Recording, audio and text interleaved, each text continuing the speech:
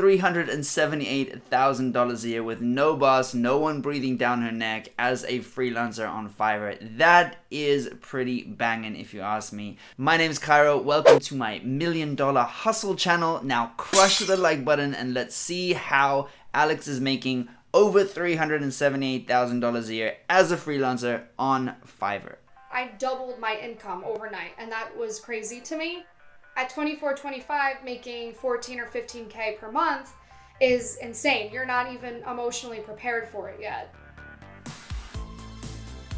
My name is Alex Fasulo. I'm 28 years old, and I make $378,000 per year as a freelance writer on Fiverr.com. I lived in New York City for the past 6 years, and I now live in Florida.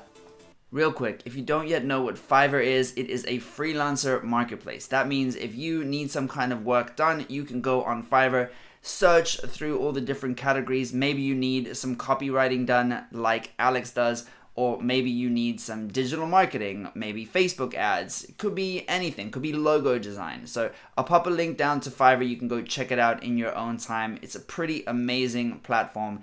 And if you have some kind of skill that you would like to sell, then you can sign up as a freelancer on Fiverr and start making money from your talents.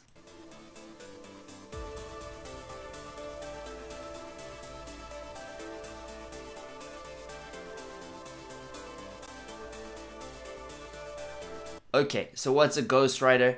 A ghostwriter is essentially hired to do the actual writing, but their name is not going to be put on the cover. It's not going to be credited. So for example, if I hired Alex to write a ghost article for my blog, it wouldn't have her name at the bottom. It would just be for my blog. Or a lot of celebrities, they might write a book, but they're not the one actually writing. You know, they might give bullet points or anecdotes to the ghostwriter. The ghostwriter will write the book for them, get paid a flat fee usually, and the ghostwriter's name is not in the credits.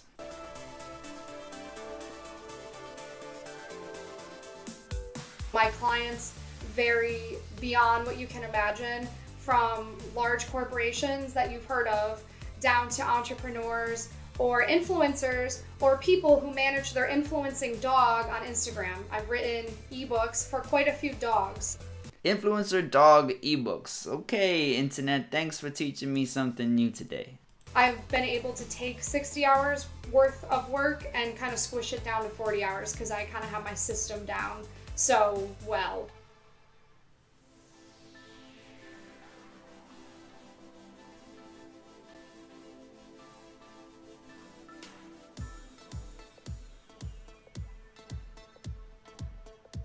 I accepted this PR job that paid $36,000 per year. I felt so out of place. I was so unhappy, and I was crying on my keyboard that I quit. And I don't normally quit things. And that Monday when I was supposed to go into work, I just couldn't.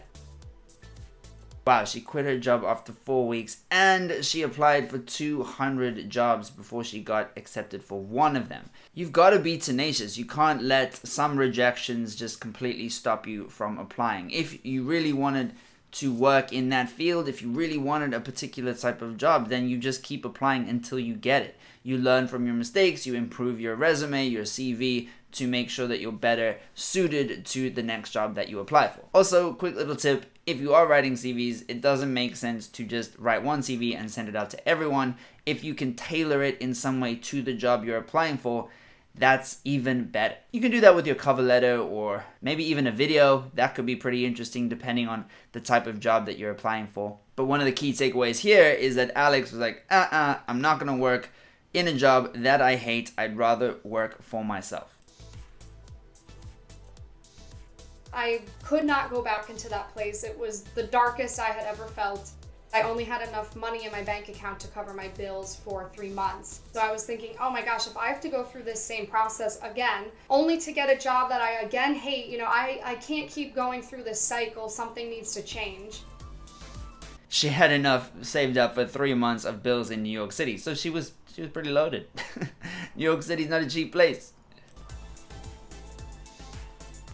After a few days, I had interest on my press release gig, and I was charging $15 for that. And just that interest alone was enough to almost kind of light a fire in me and see, okay, I am capable of earning $15, $20 a day. Well, what if I could earn $50 a day? What if I could earn $100 a day? Now I'm making $3,000 per month and I can cover all of my bills. That's also a really good takeaway. If you do decide that you want to start selling your skills on Fiverr, keep in mind that you're probably going to have to set your price fairly low initially. So she had lots of experience as a writer, as a press release writer, yet she started offering her services for quite low amounts, only $15. It probably took her more than an hour to do. So if you're doing that on Fiverr, probably set your prices a bit lower than you would normally expect to be paid, because you need to start getting some jobs, some confirmations in, and start getting those reviews. Just like lots of other sites, for example, in my Airbnb business, when we have a new apartment, we have to lower the rate to get some people in, some guests in, and get some reviews going so that we can rank better in their search engines.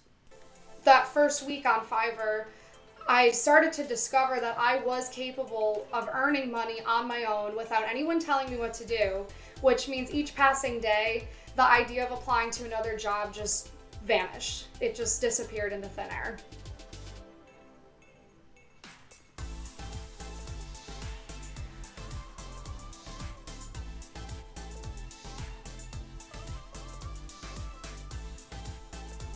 I think I cried. I realized I can cover my bills with this. Like, I don't have to go back to a corporate job. That's pretty awesome. But another point there is that she was trading her time for money, and that's why she had to work, 8, 10, 12-hour days in order to make enough money to pay her rent. And she was taking some social media jobs on the side as well. So when starting out on Fiverr, it could totally work. You can totally make a full-time living from it, but you have to get to that groundswell of reviews and attention, and your pricing has to be right, and your profile has to look nice so that you can get enough people buying your gigs and then raise your price gradually over time. After about a year of hitting it really hard on Fiverr, I opened way more services. I think I had like 12 or 13 gigs at the time. I was ranked level 2 on the site, and the site has these levels that allow you to charge more as you advance through them. Fiverr, the company, actually reached out to me and asked me to come meet them to film a commercial in Greenpoint, Brooklyn.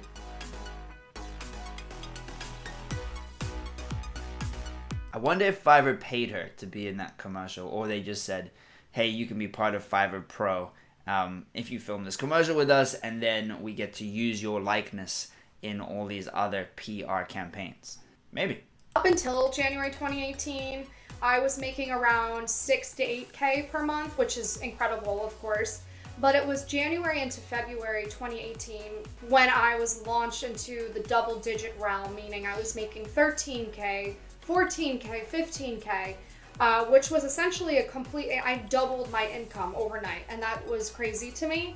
In 2017, I made $63,000 that year, and in 2018, I jumped to making $273,000, which was the craziest jump you could ever imagine. That is a pretty incredible growth rate. So it just goes to show the advantages of being able to work for yourself. You're not tied in to a regular promotion schedule that you might be if you were working for a company or a corporation. It took me a couple years to accept that I was making that money. The only thing that I would say I started to spend more on to treat myself was travel experiences and music festivals. Music festivals. You can't be a girl at a music festival without one of those lace tops. I'm pretty sure it's a cardinal rule. You have to have a lace top. They check your bag when you go to the music festival and they say, do you have your lace top? Yes. Okay. Admission. I'm pretty sure if a financial planner sat down with me, they would be disgusted by me and my management of my money. But my strategy is just basically, if I know I'm making like 15 to 20K, I kind of just in my head try and make sure I'm saving at least 50% of it. Dude, no one's gonna look down on you for saving 50% of your income. That's brilliant. Most people don't save anything. They overspend. They use credit card. They go into debt. And she's actually saving over 50% of her really strong salary. So kudos. And she's got $100,000 in her retirement account. So it's amazing. She's doing great. This year, I'm definitely going to contribute less to my retirement, but I already know my accountant is going to Oh, as soon as I say she's doing great, she's like, I'm going to contribute less to my account. tell me that I should still contribute something because it helps with my taxable income. I can hear them now. So I think like most entrepreneurs, I have a problem with having my money like locked up in accounts. It's just not how my brain works. I kind of like to have it at my disposal. So if I come up with some like project or real estate investment I want to do, I can just grab it. Right, but she should definitely be maxing out her tax-free allowances. So in the US, she could be putting that money into her Roth IRA, or in the UK, she'd be maximizing her stocks and shares ISA.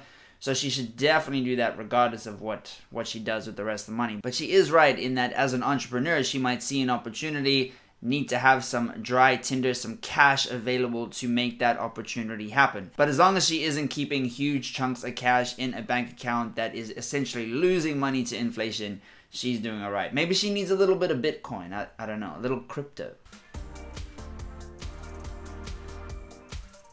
I use a CPA, like an accountant, hands down. Costs like $1,200. It's worth it to me.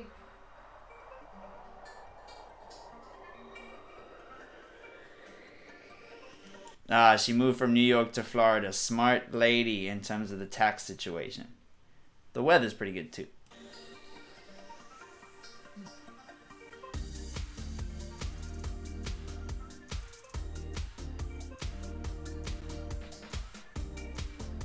Dude!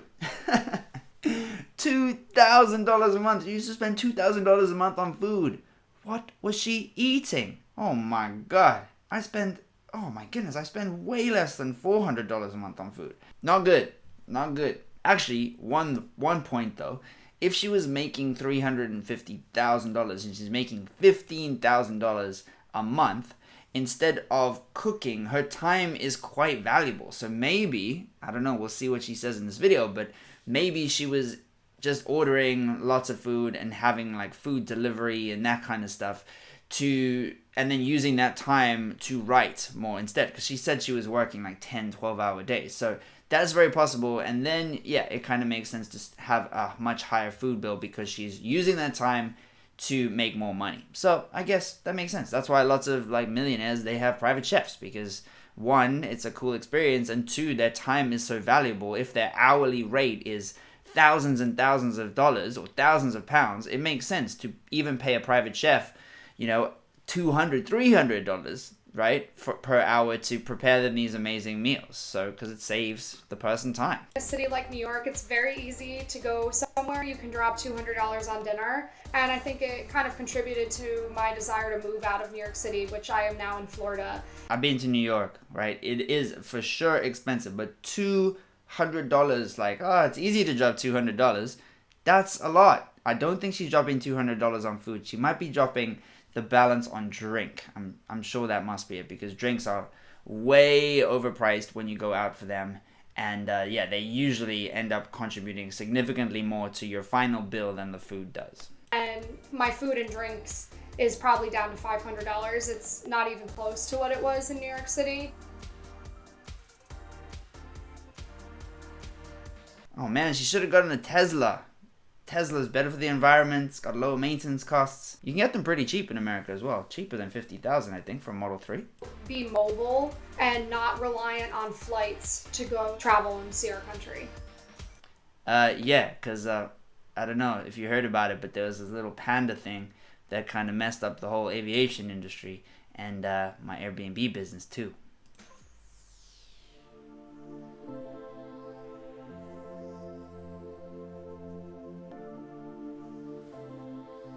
The craziest thing happened because while so many people were losing their jobs and so many businesses were going out of business, so many people were coming online to start selling products and services because that was the only way they were going to make contact with other human beings. So they needed someone like a copywriter to help them fill their website, their blog, their social media posts, which led me to having my biggest month that I have ever had on Fiverr in May 2020. I made over $36,000 that month, which was insane. And it was so weird to have that happening while there was so much bad happening in the world at the same time. It was a very weird and conflicting feeling.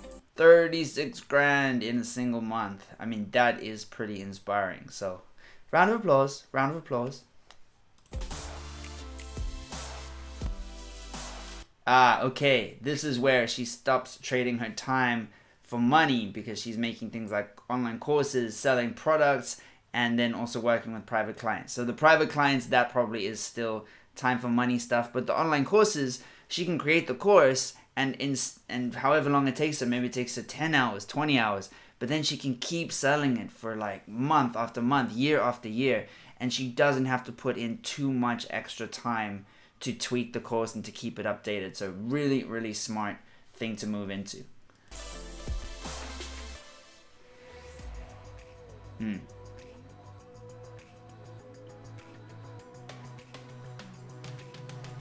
I said to her, you know, hey, I have $350K chilling in my bank account. You want me to...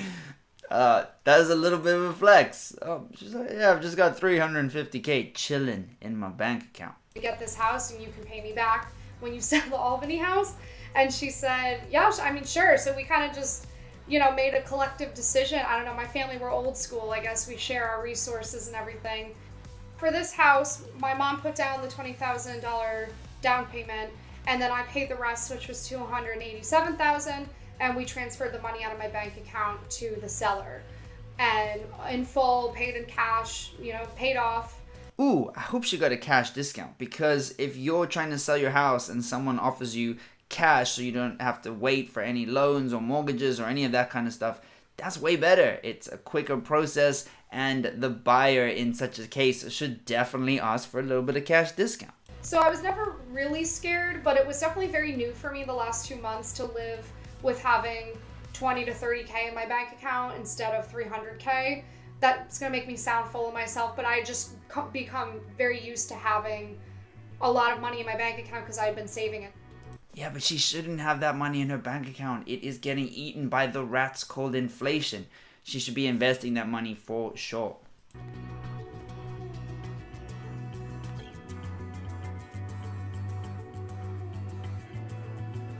This first property I want to buy in Southwest Florida, it's cheap because it's only a 1-2 bedroom, tiny little thing. So I'm actually thinking of buying 2 of them right off the bat. One of them I would immediately start to rent out on Airbnb, and then the other one I would use for myself / a filming studio, because right now I don't have one and I definitely want one set up, so I'm more inclined to do YouTube content and everything I keep putting off. But until I buy that second one, I will, live in the first one. Yeah, really good idea to get into Airbnb. That's what I've been doing. I've been doing it for several years. I've made a bunch more videos about how you can get started with Airbnb. I'll pop those down in the description as well.